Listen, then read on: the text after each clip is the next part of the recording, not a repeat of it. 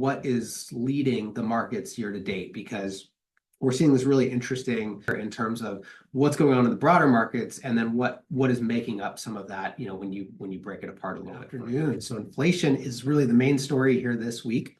I'm Brandon Steele, financial advisor with Mainsail Financial Group here in Bellevue, and our goal is to leave you feeling more empowered every week with these market updates and hopefully weed out some of the noise along the way. And this week we do have a little bit of a shorter week, but nonetheless quite a bit to cover as well. Markets were closed on Monday, so again, a little shorter week in terms of trading. But first, let's back up a little bit to last Friday, where we had some inflation numbers come out that are important to address, especially given the Fed meeting minutes that we'll cover this week as well. So last Friday, the CPI numbers came out, and the headline number was up 0.2%, and core was up 0.3%.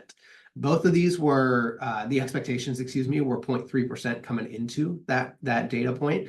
So basically, headline slightly below expectations, core right in line with expectations, but not a whole lot to really address here. However, the reason I wanted to start there is because we also had the Fed meeting minutes come out this week. So that came out yesterday.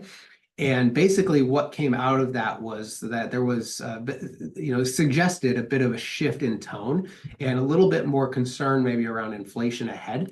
So although this has been something they've been kind of pushing off and suggesting, that I shouldn't say suggesting it's not a problem, but they have been more focused on the labor market, I would say more specifically lately.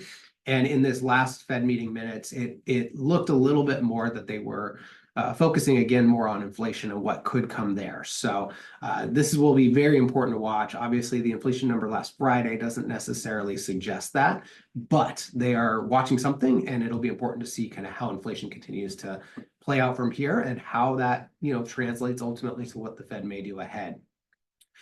Before we talk about coming up next week, because we do have more inflation data coming up, I also want to touch briefly on kind of the housing market in general. We had housing starts and building permits come out yesterday as well. Generally, in line, slightly higher than expectations, so not a whole lot to speak to here, but those did come out yesterday as well. And then be sure to tune in next week, because again, we do have a lot of inflation data coming out as well. We have PCE data coming out, but we also have income, spending, and GDP. So very data heavy week coming up here. And certainly that PCE number will be important to watch given the Fed meeting minutes there more recently. But before we break for this week, I do want to touch on a really great question of the week, which came from John. And this is really more of a status update maybe than a question of the week.